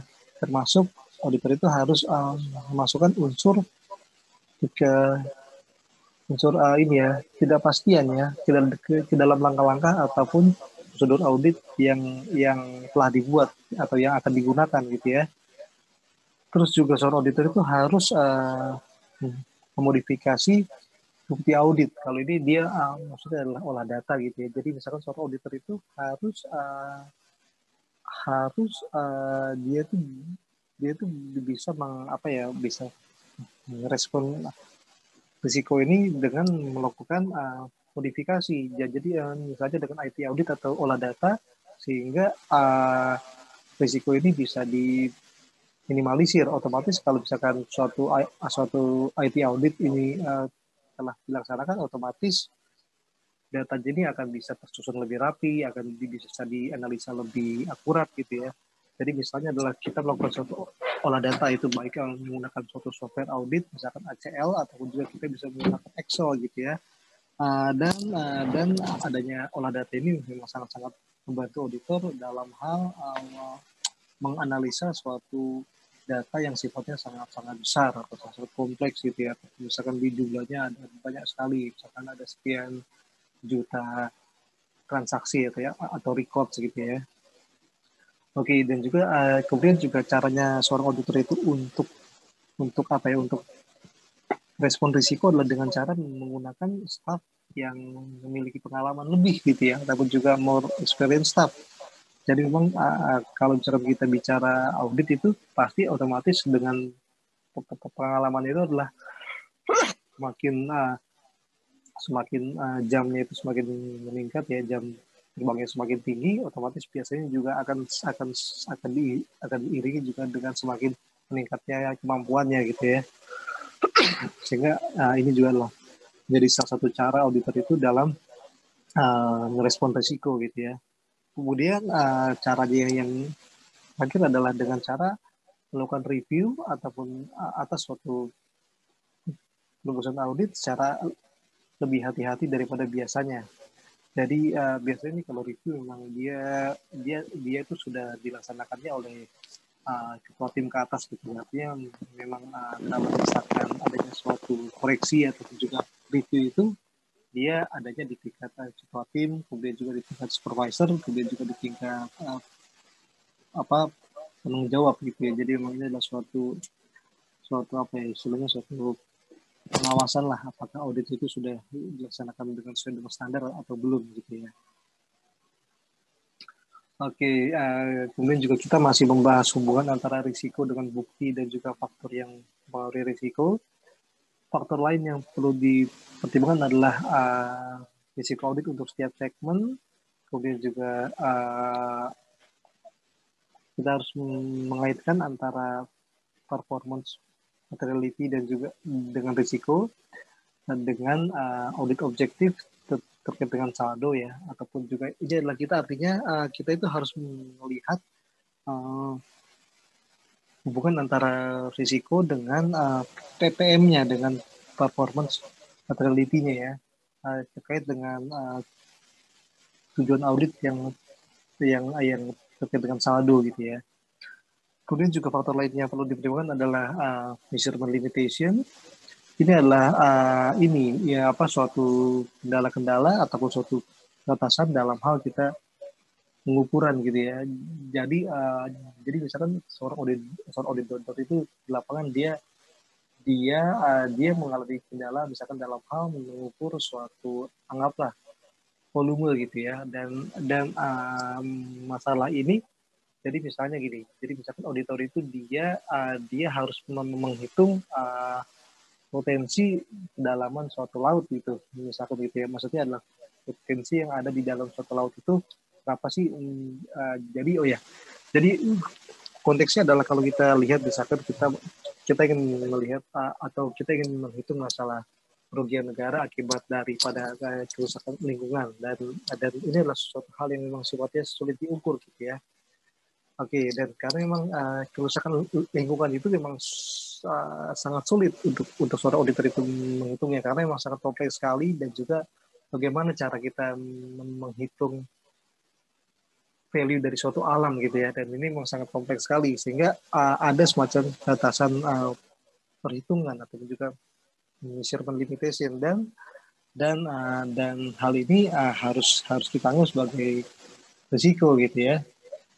Dan juga kemudian yang keempat adalah pengujian rinci atas bukti saldo dengan melihat juga ke atas kerja perencanaan, dan yang kelima adalah kita akan revisi risiko dan juga bukti audit gitu ya. Oke, sekarang kita akan masuk ke dalam suatu hubungan antara risk dan evidence. Jadi memang ini kalau kita lihat antara hubungan risk dan evidence, kalau kita lihat ini ada 6 kolom gitu ya. Yang kolom yang pertama adalah keadaannya ataupun kondisinya, kemudian kolom kedua adalah acceptable audit risk, kolom ketiga adalah inherent risk, kolom keempat control risk, dan juga claim detection risk, dan juga amount of evidence required. Oke, ini dari ke-6 kolom ini sebetulnya yang bisa kita lihat adalah bahwa sebetulnya hubungan antara risiko dengan bukti audit itu dapat digambarkan secara singkat sebagai berikut gitu ya, bahwa detection risk ini adalah berbanding terbalik dengan jumlah bukti yang dikumpulkan gitu ya. Apabila detection risk itu tinggi, maka jumlah buktinya rendah, dan juga sebaliknya, apabila detection risk-nya rendah, maka jumlah buktinya adalah tinggi. Jadi memang ini adalah suatu hal yang kontras gitu ya. Jadi kalau saya bisa analogikan adalah seperti ini. Jadi anggaplah misalkan detection risk-nya untuk akun inventory atau akun persediaan gitu ya. Jadi misalkan auditor itu sudah assume bahwa risikonya adalah high gitu ya, atau tinggi, dan untuk membuktikan bahwa peluang terjadinya kesalahan itu terjadi, auditor itu dia cukup menggunakan sampel atau bukti yang dia cukup jumlahnya cukup low saja, atau sedikit saja, karena dia yakin gitu ya, dengan sedikit bukti yang diambil itu sudah bisa dapat membuktikan bahwa memang di sana pasti ada kesalahan gitu ya, karena kita sebelumnya sudah asumsikan bahwa itu sangat tinggi risikonya, sehingga dengan sedikit bukti yang diambil itu sudah cukup membuktikan bahwa ada kesalahan. Sedangkan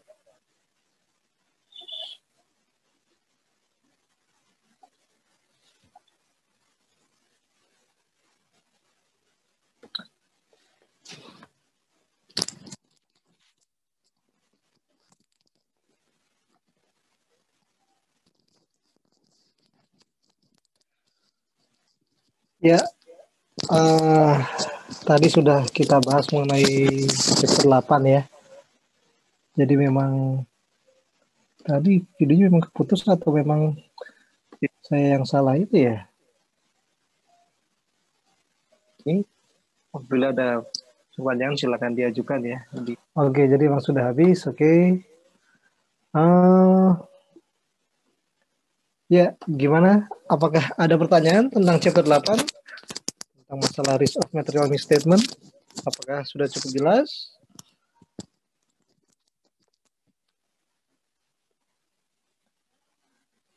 Oke, saya copy dulu ya tadi pertanyaan teman-teman.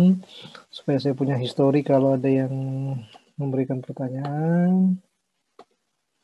Sambil kita menunggu ya, siapa tahu ada yang mau mengajukan pertanyaan ya.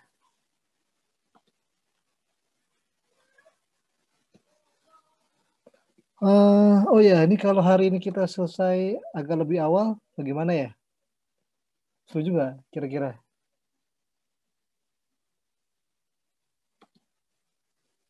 Kita selesai jam 4, bagaimana?